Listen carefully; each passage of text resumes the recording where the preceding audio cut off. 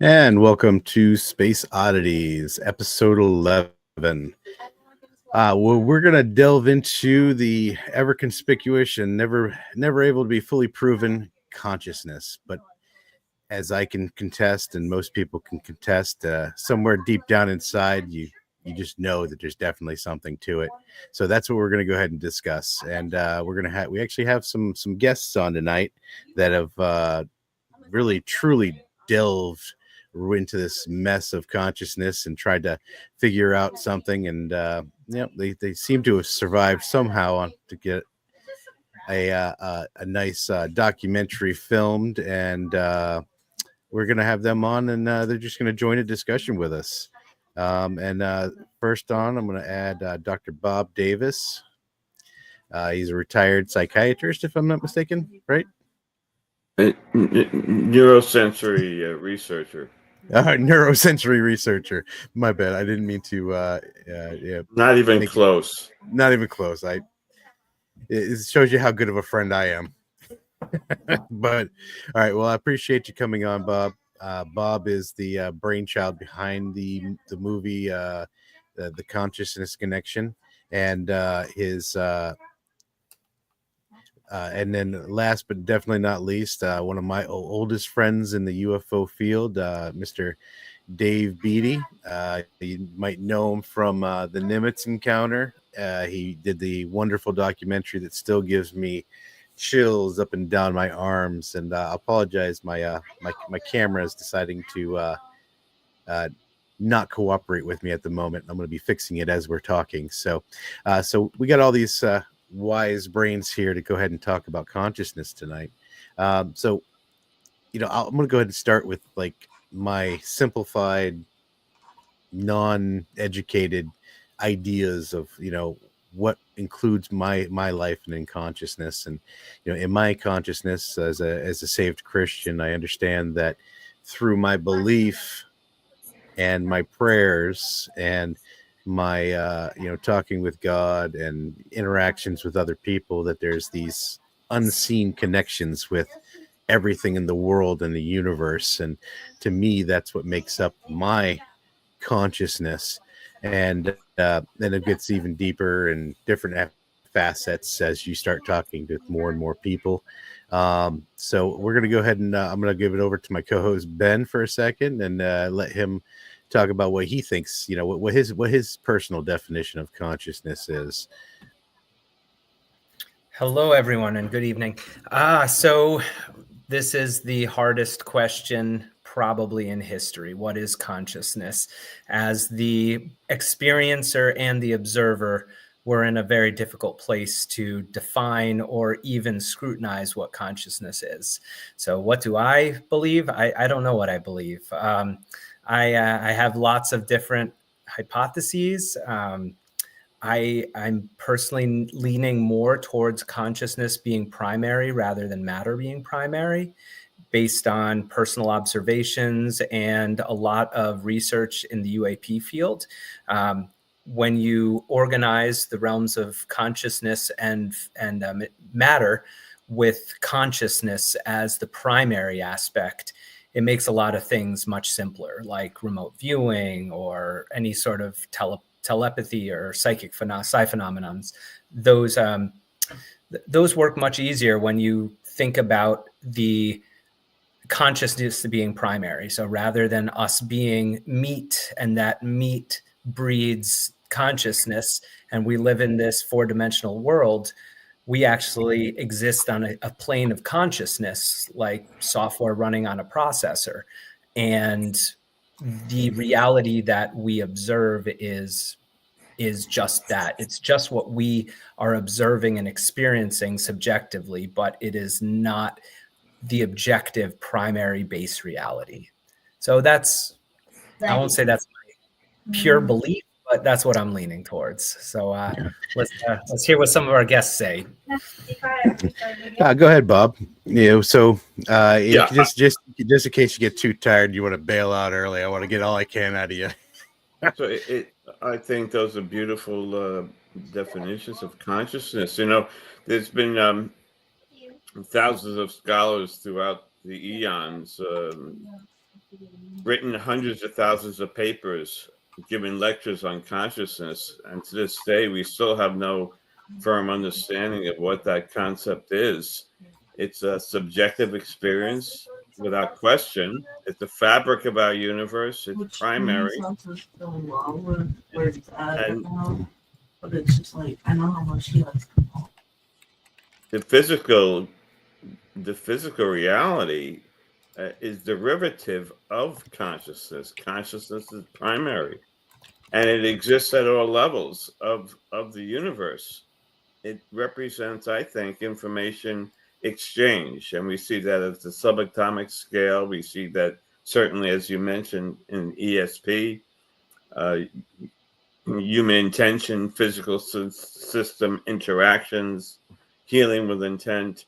And we also see it at the macroscopic global consciousness level, as well as the cosmological level. So we see it at all levels of reality, information being exchanged. In fact, there was just a study done reviewing 1,000 articles over a 10-year period, and they came up with about 30 different definitions of consciousness, just to give you an idea of the lack of consensus of what this concept means to scholars and non-scholars, to anybody. We don't know what it is, other than it is primary. But in that same respect, I think that is probably what's so frustrating about consciousness itself, because anybody that sat down for any period of time, delved into any type of philosophy, believed deeply into anything, whether it's another person or a faith. It's like you're willing things to happen. You're wanting things to happen. You don't know whether it's actually affecting it or not. But then we can go into the physical realities and see what the difference consciousness makes in things like measuring light. If you measure light, sometimes it's a particle, sometimes it's a wave, depending on whether or not you're actually looking and actually watching the light at the time. So we see how consciousness will affect the physical world in things of that nature. And and I believe that your perception and you actually taking your physical being and perceiving something is literally the same thing as like shining your consciousness on whatever it is that you're looking. And I mean, so it's an amazing thing. And I, what do you, we'll move on to Dave. Sorry, like I start getting off on tangents. You know how I am, Dave. So Dave, welcome. Thank you guys for coming on. You guys are some of my favorite people ever. So I just want to thank you guys again for coming on tonight. And hey, anybody in the chat, if you guys got any type of questions, there's only silly, stupid, and awesome questions, and I won't tell you which ones they are. So go ahead and ask anything you want. Go ahead, Dave. What's your feelings on consciousness and what you think it is? Right. Well, I mean, going into this project that Bob and I undertook about 3 or 4 years ago, I quickly realized that no one knows what consciousness is. No one has the answer. So it's a mystery. And when you start looking at, science, and you say, well, what are the neuroscientists saying? How are medical students learning about the brain and what consciousness is? Obviously, they must have something. And you find out that they really don't. They really don't talk about it. That's because they don't know how consciousness works. The idea is that the materialist idea is that it emerges from some type of electrochemical process within the brain, and they don't know what region of the brain that could happen. They don't know how to explain how that could happen. So it's a really big problem. They call it the big problem of consciousness. It's one of the top mysteries of science, actually, that's unexplained. And one of the unique things that we found is that some physicists say that's not the way it works, that's not how consciousness works. And it's always going to be a big problem because you cannot explain consciousness from a materialist position within physical reality. That consciousness exists in another dimension of what would be reality that we are unaware of in this dimension of reality. So that consciousness emerges into this dimension of reality, and our brains act as filters of consciousness and basically reining in what is available. So when you do talk about things like remote viewing and other types of parapsychological events or anomalous events, it could be that we're seeing something that is exists in consciousness, but it's outside that normal filtered area. It doesn't make sense. It's a blip. It's like a, it's a glitch within the fabric of our, awareness. So from that point of view, you start looking, okay, if consciousness exists in a higher dimensional reality and our brains are filtering it, then the true nature of who we are and what we are could be hidden from us for a reason, and our lives play out in this dimension of reality, and our whole universe basically is a product of that experience in that dimension of reality. And some of the experts get into like trying to explain it in detail, and it was very interesting to hear the different perspectives from people that have had experiences like near-death experiences, for instance, that have been gone, in some cases in deep comas for a week or whatever, or cardiac arrest. And what do they see? What are they saying? And it kind of is like that. They're saying that they went to a different realm, a different dimension that existed and was almost more real to them than the everyday waking lives. They come back and they want to tell people about this reality they found. And they want to tell people that we don't die. It's actually a really loving message that most people have when they have that type of experience. It's not a scientific one, but you're right. There's this like dichotomy of the materialist science, and then you have this other part called idealism, that is the belief that consciousness exists as a primary or fundamental force of nature before physical and matter exists. So they believe that. And some of these guys are top scientists that are physicists and, MDs, and that have completely changed their materialist view, that they were material scientists and they came on over to the other side because of their experience. Yeah, very well said. Very Yeah. well said. Much of what Dave just expressed is going to be in our documentary, which is going to be streamed on by Gaia International in mid-March. And in fact, I just wrote a book called The Consciousness Connections. Sort of serves as an inspiration for the film.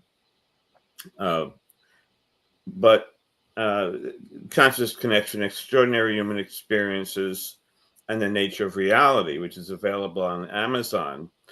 And it really gets at the points that Dave addresses. Is consciousness a byproduct of brain activity? In other words, consciousness is eliminated along with the body once it dies. Is that true? We are gone forever, or is consciousness not dependent on the brain and can affect physical matter outside the body? It extends, in other words, beyond normal space-time. And when Dave mentions about other dimensions, well, we live in other dimensions all the time. Anytime our sensory systems are exceeded. Well, look at it this way. When a dog hears a sound that we can't hear, they're experiencing another dimension, another form of consciousness. And it's all relative. It's all subjective. And this is why we need to have a paradigm shift. The more I wrote in the book, the more I worked on the film with Dave and Wilson Hawthorne, the more it became apparent to me that we need a paradigm shift. because we have too many anomalies that exist that are not answerable by science. And we can't reduce consciousness to 100 billion neurons in the brain. It just doesn't answer it. We can't find in the brain where consciousness is, where our concepts of reality are, our awe, and the beauty that we experience when we see a beautiful rainbow or a waterfall. We can't see that code in the brain. So we can't find aspects of reality in the brain, thinking that the brain, as Dave says, is external. It exists in another dimension. Anecdotally, Well, I that guess for me then, go ahead, ahead. Gary. I was just going to mention I- that there are folks who have been in comas where they had no measurable brain activity, and then when they recovered from that coma, they described either lifetimes of experiences or just evidence, and again anecdotal, that consciousness persisted throughout that coma even when there was no measurable brain activity. That's exactly right. It goes beyond coma to cardiac arrest, where there's like absolutely flatlined, no brain activity, as you said. And when the brain is deprived of oxygen, there shouldn't be any residual experience. And yet these people have reported incredible experiences, including observing things that are happening around them at the time, say in the hospital. They're observing things that they had no way of seeing, like people that are coming in to the hospital, activities that are occurring in the ICU, for instance, that would be an unusual activity that they see. And later on, they come back and report this stuff. And the doctors oftentimes just blow it off, but it's like incredible stuff when you really put it down and you start putting all these cases together to say they had to, it couldn't have been coming from the brain. It had to be an experience, an observation coming from something that's like non-physical.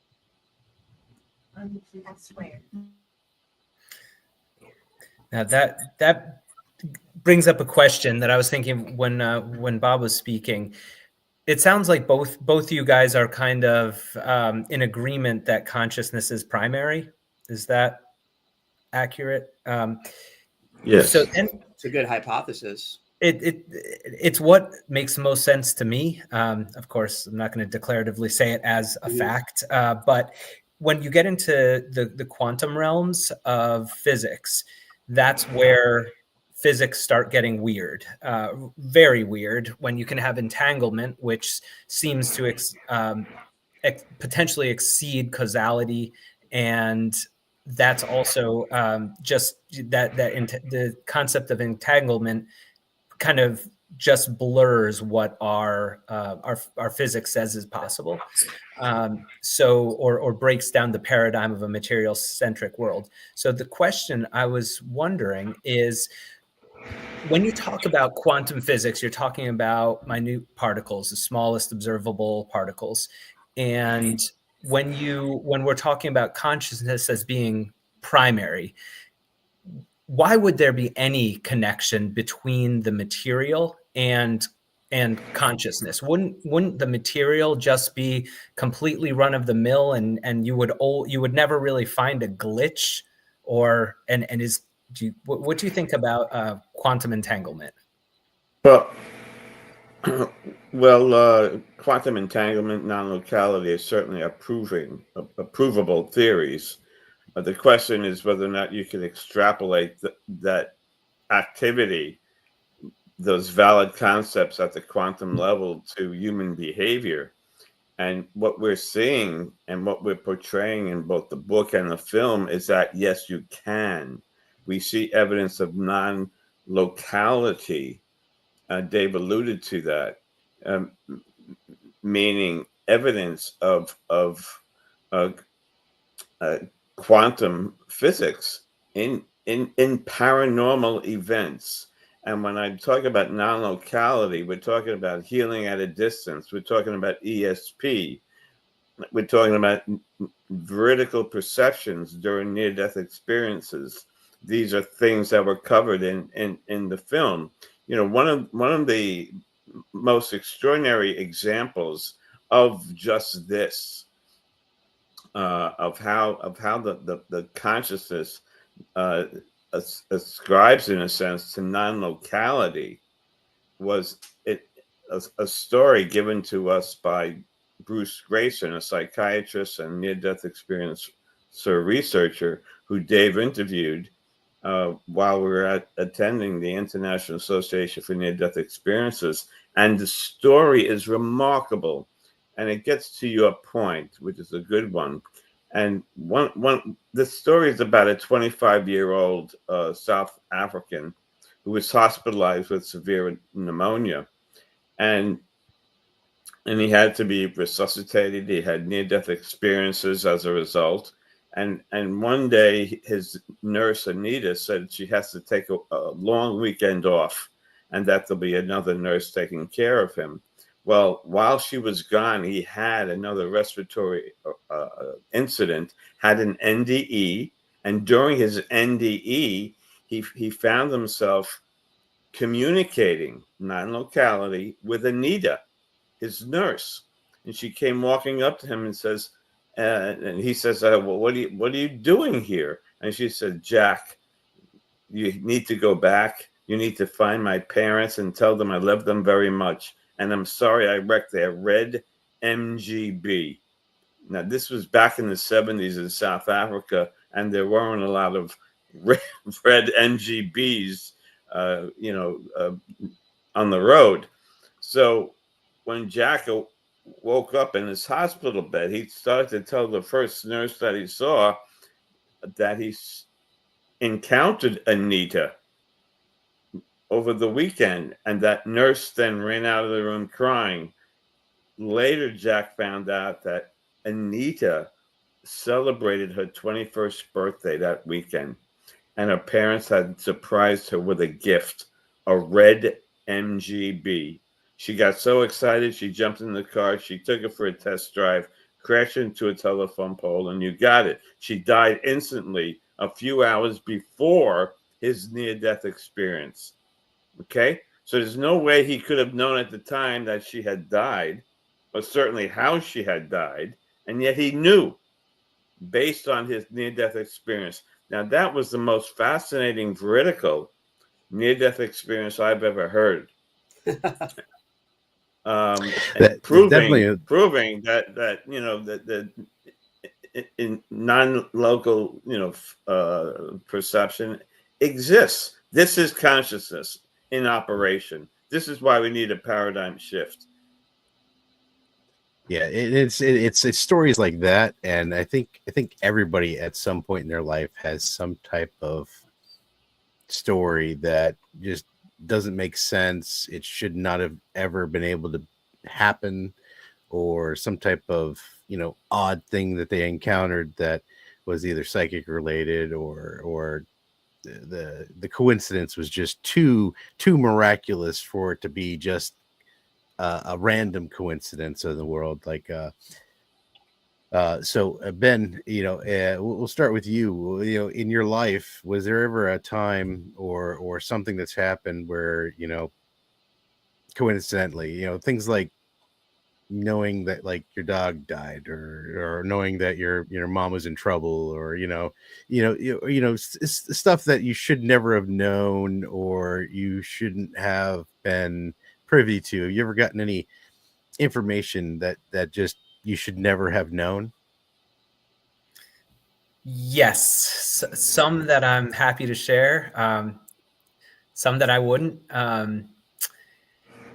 I'd say the one that just pops to mind, kind of accessible, was snowboarding with some friends. This was probably either late teens or early 20s in Vermont, and we were driving back, and I'm in the front seat, half asleep, and I just got this overwhelming fear, and like, oh my God, I snapped up and I said, there's a cop up there. Slow the fuck down. My buddy's like, whoa, what the hell? He slows down. We go by a median, one of those in Vermont, 91, like it just goes for 20, 30 miles between exits, but there's little cut throughs in between the north and southbound. And there was a statey just lined up right there. And State cop pit two friends stops. So my two friends in the car were like, the guy driving, Brian, he just said, that is the most psychic thing I have ever witnessed. And if you're going to get a little bit of extra information, that's definitely some good information to get. Yeah. How about it's like let's go ahead waves. let's move on to Dave. Dave, have you ever had a situation like that happen in your life? Oh man. Or that you're willing to share with us? I know sometimes these situations get real personal. So I mean, in the last few years, some events occurred that I can't explain, and I don't know why they occurred. The trajectory goes something like this. I was born on the island of Guam in the Western Pacific. My parents were teachers there in the 1950s and early 60s.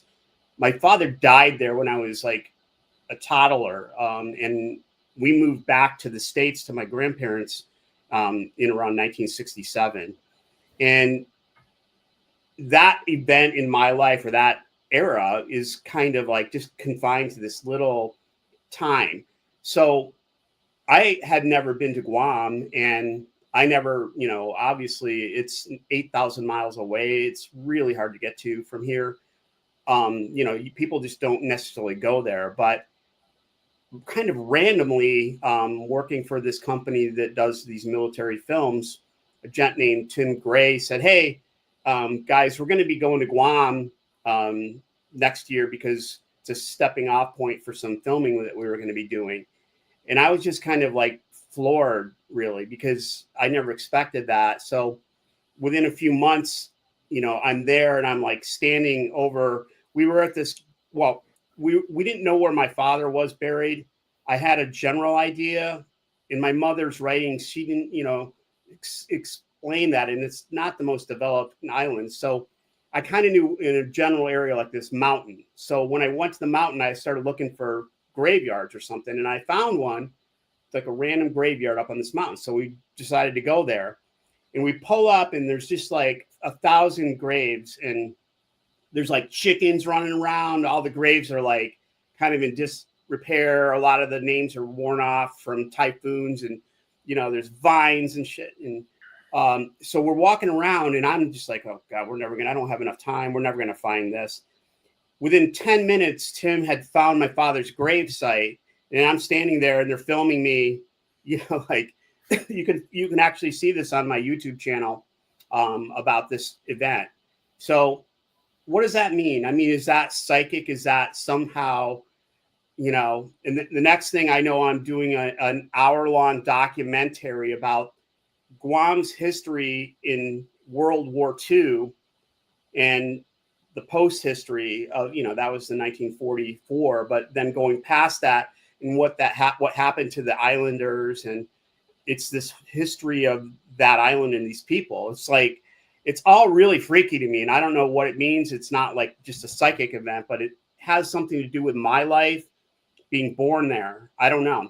My dad's buried there, Yeah.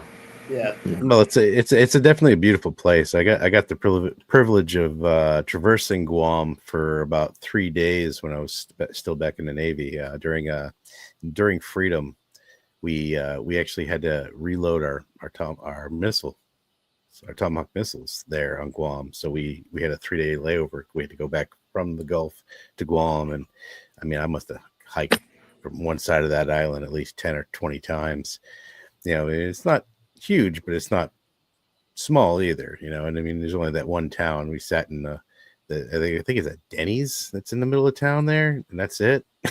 Really, but it was long enough ago to know that it was like beautiful little island, just hot and sweaty. Oh, when we went, so hot and sweaty.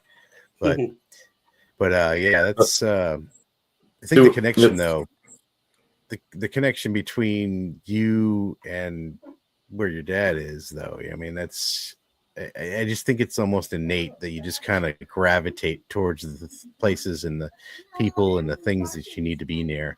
And that's one of those things, like you were just talking about, finding your dad's grave in like 10 minutes. I mean, it's this massive area of overgrown, and what are the chances and what are the odds? They're insignificant. They're tiny. That's what the chances and the odds are. So that Yeah, is pretty amazing. it's these extraordinary human experiences, and there's millions of them experienced by millions of people worldwide every year. Just in the United States alone, 200,000 people experience a near-death experience every year. We're talking about millions of individuals, and this is again why we need a paradigm shift. But in response to your question, the first thing that comes to my mind, in other words, what information have I received that was a surprise to me that I should not have received? It was about 10 years ago. I woke up one morning. It was a freezing cold morning in northern New York. I had a horrific lucid dream of suffocating to death. Never had that kind of a dream before. It was so intensely scary. I literally thought I was dying. Obviously, it woke me up. It was a hyper real experience, like near death experiences are, although this wasn't it. But it left me with a strong sense of knowingness that Anne, a very close and dear friend and colleague of mine who worked in my laboratory for 20 plus years, had died. Don't ask me why. I just had that sense that she passed away.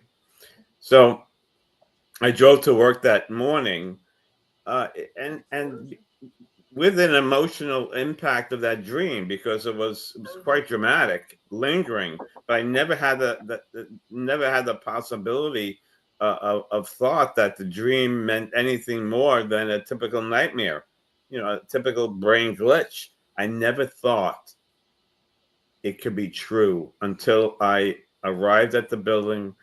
I unlocked the door and I noticed my colleagues' sad faces. I didn't have to be told she had passed away. At that same time, I had that dream, and I found out from her son at the funeral the time of her passing, which coincided with exactly the time of my whatever you want to call it, other dimensional, non-locality extraordinary experience. And they're a dime a dozen. I've had 3 of them. I'm not going to go into detail given the time limitation. I've had 3 of them, and I'm just one person, and each one defies logic. So how do you make sense of consciousness when you have these kinds of extraordinary experiences that cannot be answerable by science? Yeah, absolutely. And if it weren't for these experiences in my life, I probably would have never even started really thinking about the connections between people and consciousness and stuff like that. And when I was there's 2 things I don't mind talking about, and of course, like you were saying, time constraints, so I don't want to get too crazy into things. But the first thing that ever happened to me that kind of blew my mind was when I was a kid, probably between 8 and 11. I can't quite remember, but we were playing outside. I used to live up in Massachusetts growing up, and we were playing by a small river. And of course, a lot of times the slower parts of the river will freeze over while the more rapid parts will open up. Well, this creek had gotten pretty small, and it had actually almost completely iced over. And we were playing on it. We were kids, just doing as kids do, throwing rocks on it, trying to break the ice.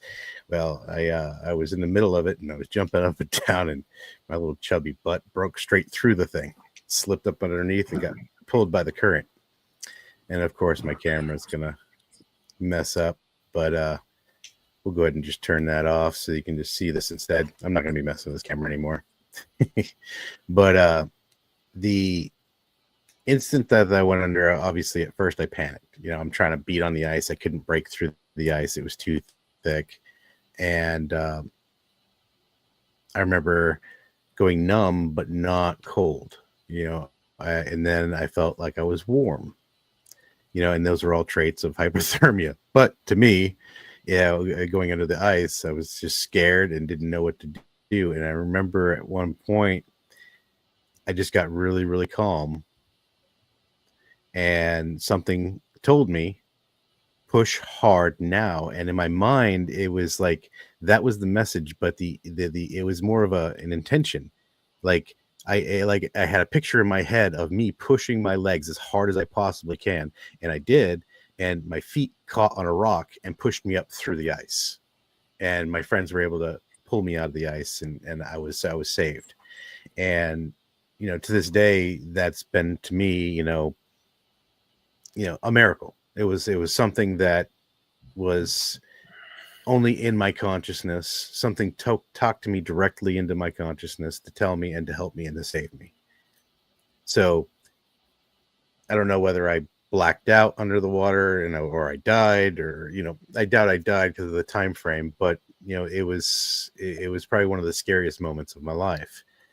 And then the only other really, really clear thing that ever happened to me is when I was in the service, and I had a girl that I was dating at the time, and I had plans after we got back off of deployment that I was going to go with her to her families and spend time with their families, which ultimately didn't happen because right before we got into port, I had this horrible dream that my grandmother had died. And a certain series of events had happened, and it just made me feel like, all right, I need to go home. My grandma's been sick for 5 years. She could go at any time. I need to go home and be with my family. And so I kind of put the dream out of my mind. It was disturbing enough. And, I was very close with my grandmother. And so I canceled all my plans with this girl I was dating, and then just went to Florida instead, and spent time with my grandmother and my family. And the first thing that when I first got there, she couldn't really remember people, but she remembered me right off the bat, and that was amazing. And then I just spent time with my family the whole time. And then all of a sudden, I had my stepsister and I were walking into my mom's house, and I started getting deja vu. All of a sudden, in exact detail, my dream was starting to come true. I walked into my mom's house. Now, my mom had moved into this house after I had moved away, so I would have never known what her home looked like, which to this day, I still remember walking in, seeing her answering machine, having a message, playing the message, and knowing it was going to be my grandfather's voice saying we needed to get to the hospital. And knowing that I was not going to make it before she died. She would be dead before I got to the hospital. And I knew we're going to go up. My sister was going to go into the room, find out that she was passed, and come running back out. And also my brother was going to come running back out. But in my dream, because I feel like I probably just didn't have as good a connections with my stepsister, since she was a stepsister that by marriage, that after I had left home, so I wasn't real close with her. In my dream, I'd grab my brother to console him. The only thing that I changed was I grabbed my sister instead of my brother, knowing my brother to console her rather than my brother. And that was the only difference in the entire dream of my grandmother dying. But because of that dream, I already knew she was in a better place and that she was finally dead. And it was almost like a relief. Everybody else was very upset, and I had to kind of pretend like, I was upset that my grandmother was gone, but I was also had this like overwhelming relief because I knew how much pain and suffering and she was just constantly in every single day. And it blew my mind. I give any skeptical belief to any type of psychic story. Man, that's the only psychic thing that's ever happened to me in my whole life that I, consciously know about. I'm sure there's probably been dozens of other things that are just too minute to really know that they were psychic, but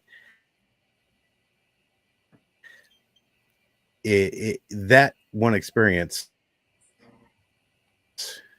made me believe in consciousness, made me believe in God, made me believe in, something beyond the physical. So, these stories we hear from people all over the world. There's no nationality, there's no color, there's no difference in what people say. There's no type of people that don't have these stories. And that's probably what makes this such a big deal, that everybody should be paying more attention to this aspect of life and how their garden of people around them and the consciousness around themselves, because I think that in itself will also help you, feel better. You need to uh, you know none of us are good at it. None of us are good at doing very good. Like I should call Dave way more often. I should call Bob way more often. I should know Bob better than I do. They're such great people, but because we can still reach out to those people that we love, and know that they're, and they can feel that love. And I feel that those types of connections only can be, they can only happen if the consciousness is a real thing. There was one question I wanted to go ahead, and since we didn't get many questions, I might as well give this one.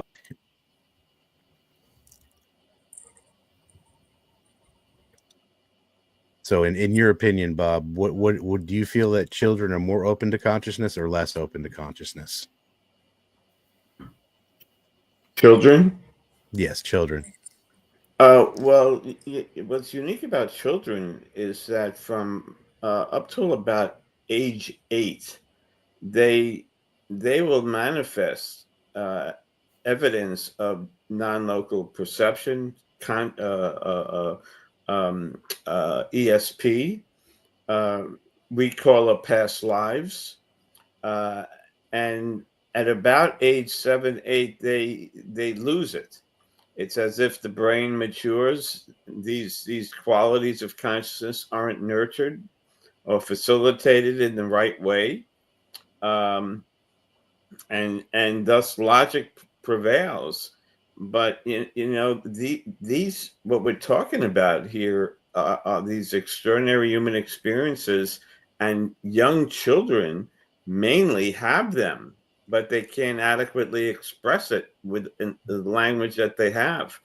In fact, autistic savants, young children, we interviewed Diane Hennessy Powell in our film, The Consciousness Connection, and she talks about young children who are autistic savants, uniquely gifted in many ways, mathematically and otherwise. And there were kids under 5 years of age that could speak several different languages without ever being exposed to those different languages, or can solve a multi-numbered equation uh, without having learned math in the past. And in fact, when they are asked, how did you come up with that answer when you never learned math? They said that it just pops in my head. The answer just comes into my head, indicating again that consciousness is non-local. There's no thought involved. It's non-dimensional in a sense, where these extraordinary experiences shared by very young and very old. In fact, there's over 200 of these kinds of extraordinary experiences that have been documented. And if my memory is right, about 1/3 of Americans have said that they've experienced an extraordinary human experience. And this ranges from, again, past life recall to ESP to hearing unidentified voices, to interacting with the deceased or religious figures, to interacting with non-human entities and UFOs, which is another controversial issue regarding consciousness and UFOs, thinking that there is a close connection, and there is. I guess that's the answer to your question. Children will demonstrate many extraordinary experiences. Bob, you just said that Yeah, there is a connection. I think that covered the. And I just was hoping you could say a little bit more when you said that there would have to be. What's that? I think he was asking about the UFO consciousness connection. He wants you to discuss more about the connection with UFOs.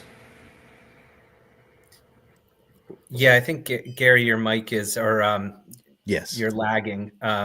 Yeah, you just mentioned that there is a connection between UAP and the conversation we've been having. So I was interested to hear where you think that connection is. It depends how you define UAP.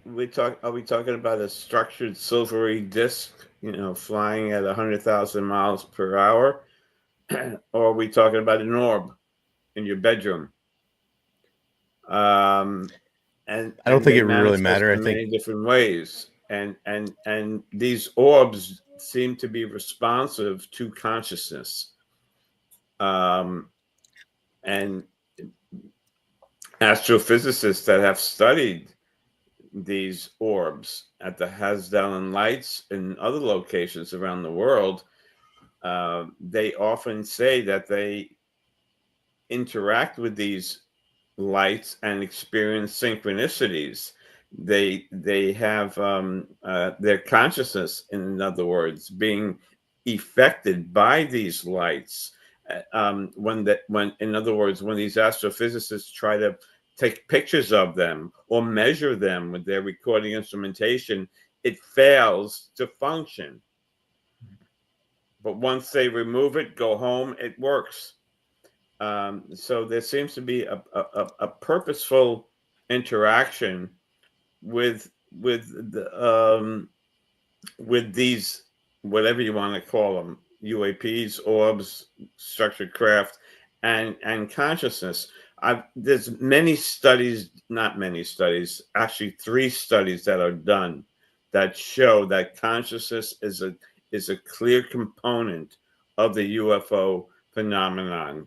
Meaning, more importantly, when people interact with this phenomena, they are changed in dramatic ways. Not all. It depends on the extent and the magnitude of their interaction, especially when they interact with non-human intelligences, or if they're taken aboard a craft. These are controversial issues indeed, but consciousness is affected for sure. And there's purposeful intent between the individual and these lights in the sky, in terms of their maneuverability, in terms of their presence. And people do manipulate them with their thought so they can tend.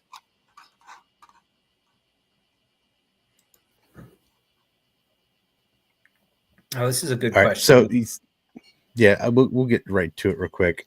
But the one thing about when you were talking about the differences between the different types of crafts and stuff like that, it made me think about another situation where there's a gentleman that writes about it, and it's about people seeing owls when they are seeing, instead of seeing other things, like that our consciousness actually can be altered by these beings, and owls, other creatures, birds, mostly it seems like there's a very prevalence for like big, huge owls, and there's a whole book written about it that I perused through and kind of read the crib notes on, because I never have time for anything.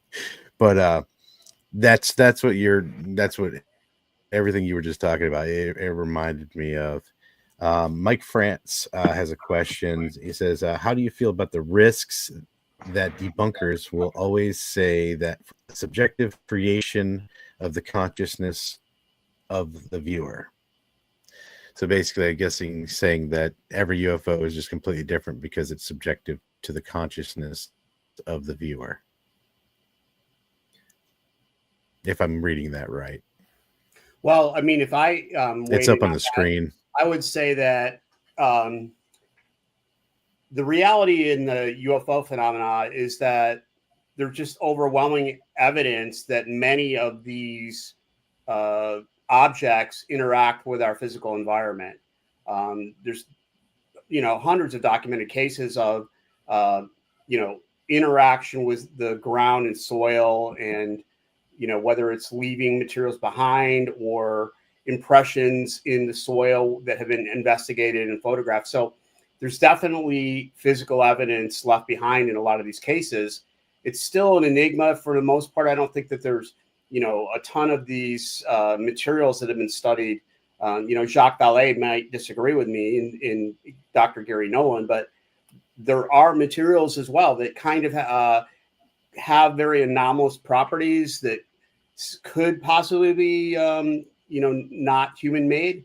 So there is quite a few. That would be my answer. And just one quick thought on that question, Mike. Who cares what the debunkers say? Just like Dave just said, we have objective, non-subjective observations. You have evidence of multiple observers, which interestingly, sometimes multiple observers will report different things, but they both saw something. So the idea that debunkers will be able to just say it's all in your heads, it's just a figment of our imagination, that's a simplistic and easily falsified hypothesis. Just the 2004 event would disprove that hypothesis, because for us to be able to bounce radar off something, it has to have a physical interaction with the world, whether it was something fake and spoofing us, it had to be something physical to begin with, regardless of whatever it was we were seeing. So that's just that in itself would disprove a debunker's idea that it's all just in somebody's head, basically. So hopefully that helps answer your question, Mike. Debunkers don't have enough knowledge to answer these questions.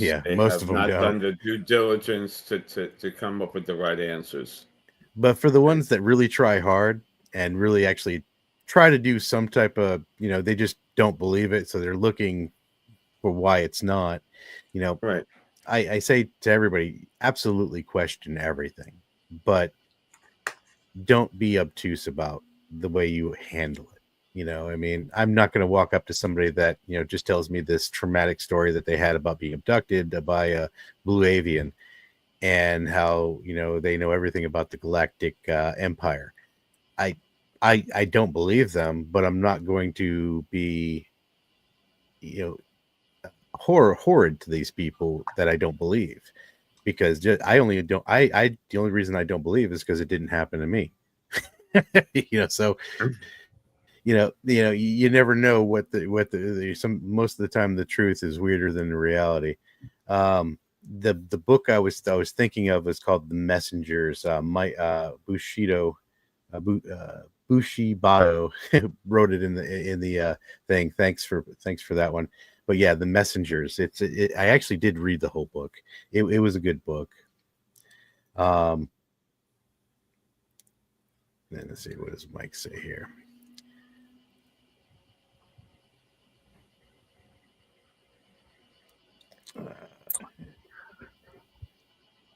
Well, you can square it all if you look at it as consciousness is primary before matter. That just explains everything almost a little too elegantly and simplistically, but you do have to go through a pretty major paradigm shift from what we've been taught by all of our science. and it actually is much more in line with the religious model of the world, which is pretty fascinating, that we're now getting into or science is getting into realms that previously were the purview of religion. Right. And Oh yeah, correct. because I mean, everything we've been talking about tonight, it pops a question into my head, when I was thinking back on, the start of the universe, say you're a physicist and you're trying to figure out exactly what happened at those first moments. Here's this first moment of reality. Was it a conscious effort that made that reality start, or did the reality start and then consciousness began? That's the big question. I personally believe that it was a conscious effort of God that the universe began, and that's what coalesced whatever that material is that was all in that tiny little spot that just blew up. All that material didn't just decide to become electrons and neutrons and particles and stuff like that. Some type of conscious effort had to have been put into place to make the conditions so perfect that our lives could then develop on this planet, so that we could sit here in this podcast and talk this. The mathematical impossibility of this actually occurring is so astronomical that, in my mind, only the fact that there's a conscious effort for life to be created and for reality to exist, that is my only explanation for why everything is here. So consciousness before physical matter. I mean, that's in my simplistic brain. That's what I see it as. So I don't know how you guys feel about it, but I honestly believe that it was just a conscious effort that created reality. Yeah, I mean, I believe that consciousness is probably, we're going to find out that it is primary. And, however you define it, it probably was a willful expression of itself that began creating these experiences for itself. And that eventually we, like, later are an expression of that. And, if you ask physicist Tom Campbell, who is in our film, that he believes in what would be called the simulation hypothesis. He believes that consciousness is being expressed as our physical reality, and that the reason why it's doing so, he says, is to reduce entropy. That's his hypothesis, that everything about consciousness wants to reduce entropy in systems that exist. And that entropy means like degradation or disintegration of something. It could be anything, really, like meat spoils. That's entropy, for instance. So he says that the key is love, that consciousness is working towards this, and that systems that don't work, that fail, fall away, and it keeps refining itself to a better and better system. And he says the ultimate answer we're going to discover is that love is the reason and what we're heading towards, which is kind of a cool thing coming from a physicist that in his book, he calls it my big toe. And it's not like your toe, it's the theory of everything. So Tom starts out and he goes through in a layman's terms for 700 pages and spells out in physics exactly how it works. So you don't have to believe him, but it's certainly quite interesting. You should look at that if you have time to read 700 pages. And I don't think he's got an Audible, but he needs to get that. He needs to get on that Audible stat. I know somebody needs to read that. Like, it's very interesting material that he presents. Gonna have to get that PDF reader. But that's what I do with all Matthew. When Matthew Shadalgas, he's works with UAPX. He's a professor and physicist, and whenever he gives me some of these long things for me to read, I it's always a PDF. So I got a PDF reader so I can have it read it to me while I'm doing other things. I'll send it to you. I think I have a PDF of it somewhere. But So okay, so we are winding around the hour, so I want to do a couple of things. So how this episode began is I basically I was looking at a lot of the things that are going on in the world right now, and how, it's like, personally, I kind of felt like everybody was feeling worn down by all of the craziness that's going on right now, and how, it's like, I know how I was getting up to like here with everything that's going on, and just like something has to change, and then things start to change, and it's just like, in my mind, it's like, I wonder if this is a collective effort of everybody just so fed up of what was going on, that this change started to occur and manifest itself. And that kind of got me on to thinking, well, I wanted to do an episode on consciousness. And then I called up Bob, and I was like, hey, Bob, I know would you come on my podcast, please? And he's like, hey, I go to bed at like 1 PM, so I'm gonna need to stay up late, but I guess for you. And I'm like, oh, well, that made me feel really good. So I've got dirt on Dave, so he had to come on. I'm just kidding. No, Dave's just an old friend, and he agreed to come on. I knew once Bob agreed, he would come no matter what, so I didn't worry about Dave. But either way, these are some of the best people I thought I could think of to talk about consciousness. So I really, really thank both of you. And what I want to do right now is, they do have a movie that's going to be premiering on Gaia. I want to go ahead and run the trailer real quick. I think it's about 1.5 minutes or so. And I want you guys to see the trailer for their movie, and, definitely go check it out. And I know, Bob, is the book of the same name? Yes. Conscious Connection. So the Conscious Connection is the book. So I'm going to go ahead and I'm going to pull this up, and we're going to go ahead and watch the trailer for the movie and give it a little bit of a plug. Dave Beatty did the trailer. Oh, you did the whole trailer too? Doesn't surprise me. If anybody's seen the amazing work he did with the Nimitz encounter on YouTube, and that they won't be so shocked. But all right. So without further ado, let me share my screen. All right. Conscious Connection trailer. Share. Make this big. If people want to find out, see the trailer, and find out more about the movie, they can go to consciousnessfilm.info. Yeah, I'm gonna put a link to the actual your webpage for the movie on in the notes for the show on the YouTube video. There's people that fall into consciousness and material. Consciousness has so many different meanings. The model is consciousness is something that arises from the brain that never made sense. But if you study consciousness itself, you realize you need a bigger model.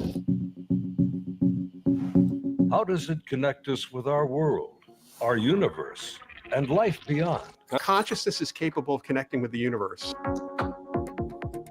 Psychic functioning is actually a survival mechanism. People have out-of-body experiences, from meditation to psychoactive drugs. There are many researchers who have seen this kind of shift in our paradigm. Science doesn't have to throw out religion. There is a way in which we're seeing in our lifetime that these things are coming together. Movements of science of the extraordinary, and challenge the true nature of reality in the Consciousness Connection. There's an obvious streaming issue, but go to consciousnessfilm.info to see the full trailer without the streaming issue. And more importantly, see the Consciousness Connection. Yeah, absolutely. I've been waiting for this movie to come out. So I can't wait to watch it myself. And these two gentlemen did an amazing job. I remember back when you guys were first. I don't know if it must have been. I don't know. How far were you into it when you went over to the farm with me? That was the very beginning, probably. When you Gary. guys were doing yeah, that was like 2020, I think. It was. Yeah. So, like I great. told everybody before, that I've given the Greer thing a fair shake, and there's a group of people that do the Stephen Greer thing near me that I for a couple of months I went over there to kind of give it its fair shake. And at one point, Bob and Dave actually came over, and we were there together doing the CE5 stuff to document it, and amazing thing. And that's when I first learned about their movie and their documentary, and I've been hooked ever since, just kind of sitting here waiting. So I'm very excited, and I can't wait for it to come out. What I've seen, and it's wild. So thank you. Either rent Gaia for a month or borrow somebody's password and log on, but go check it out. Go check it out. And it is amazing. Dave, do you got anything you need to plug, or you want to talk about? Yeah, I would say that we're going to be because the release is so new and everything, that we're going to be releasing a lot of links on all our social media that people can click on to go directly to see the film. Right now, of course, it's a subscription-based streaming on-demand service that you can subscribe to. And it's also on Amazon as a add-on subscription. And I haven't gone there today to check to see if Gaia has it on Amazon Prime Video, but I'm going to go check that out because I know they don't have all their content there. And I know it's going to be rolled out. And the other thing that Bob and I and Wilson want to do is get this on pay-per-view on Amazon. So we're going to work on that. So then you could just go rent it just to watch it like you normally do without having to subscribe to a service. So there's those two ways to see the film. And we're planning on premiering it like in April up at Monroe Institute as well, we're really excited about that. So 4 years of work and effort and crowdfunding and doing it on the weekends and when we had enough money to like travel, and it all came together. And Gaia came to us. We didn't even go to them to pitch it. They came to us and said, we want your film, we're going to help do that. And what an amazing synchronicity there. And I think that all of us are kind of so happy with the outcome. So yeah. Bob, do you have anything that you would like to add? I know you're probably just about ready to run out of there and go lie down. So it's just been an absolute pleasure working with Dave and as a friend, as a professional. It's been very stimulating and rewarding, and we're going to be doing more films in the future. But I encourage people to read my 500-page book, The Conscious Connection, which again dovetails with the film that's available on Amazon. And you can get a Kindle version or the paperback. Yeah. Well, this has absolutely been amazing. I appreciate you guys both coming on. Now it's available. Not next month. It's there now. The movie is available now to watch on Gaia. Yeah. So you can go on Gaia and watch it now. I watched it last night again. But like I said, these guys have poured blood, sweat, and tears into this documentary. It's as good as it gets when it comes to this topic. So enjoy it, and I hope everybody has an amazing week or rest of the week and weekend. And God bless everybody. And we're going to go ahead and Ben, you got anything before we sign off? No, just thank you, Dave, and thank you, Bob. It's been fascinating to hear from you guys, and I am looking forward. I'm right now just pondering how am I going to be able to watch your documentary. So I will looking forward to it, and I also would love to get you guys back on and Matthew Sidagis as well. That would be a pretty interesting conversation, I think. That probably would be. I'd like to speak with him. He's the Soul Foundation with Gary Nolan, isn't he? He's the No, that's co-founder. actually Kevin. Kevin is with the Soul Foundation. No, but Matthew Matthew is in. I think he talked.